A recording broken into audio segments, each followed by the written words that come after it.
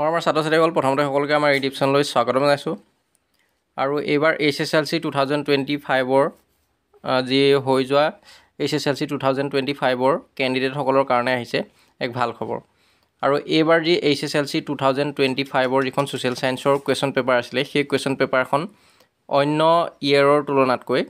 এইবাৰ অলপ কঠিন হোৱা দেখা পোৱা গৈছিলে আৰু যিসকল কেণ্ডিডেটে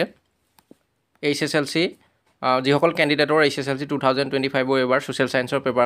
কুৱেশ্যন পেপাৰখন তেওঁলোকৰ বেয়া হ'ব বুলি তেওঁলোকে ভাবিছে আৰু সেই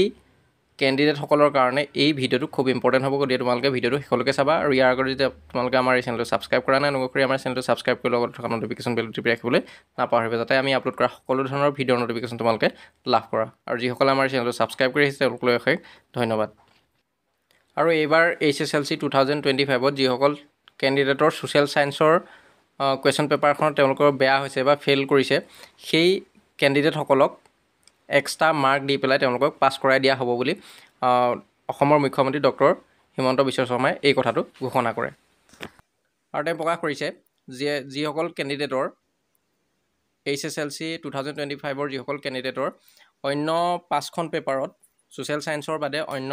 যদি 5খন পেপাৰত কেণ্ডিডেটগৰাকীয়ে পাছ কৰিছে কেৱল ছ'চিয়েল ছায়েন্সৰ পেপাৰখনত যদি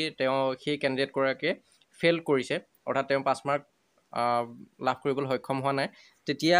সেই ষ্টুডেণ্টগৰাকীক বা সেই কেণ্ডিডেটগৰাকীক ছ'চিয়েল ছায়েন্সৰ কুৱেশ্যন পেপাৰখনত তেওঁ পাছ কৰাৰ যিটো নম্বৰ সেই নম্বৰটো দি পেলাই তেওঁক পাছ কৰাই দিয়া হ'ব বুলি মুখ্যমন্ত্ৰীয়ে ঘোষণা কৰিছে এইবাৰ সমাজ অধ্যয়নৰ মেট্ৰিকৰ পেপাৰখন খুব টান হৈছে কিন্তু আন পেপাৰবিলাকত ভাল হয় তেতিয়াহ'লে এইবাৰ সমাজ অধ্যয়নত আমি সকলোকে অতিৰিক্তকৈ কিবা নম্বৰৰ ব্যৱস্থা কৰি হ'লেও ভাগিনসকলক মেট্ৰিক পাছ কৰাৰ সুবিধা কৰি দিব লাগিব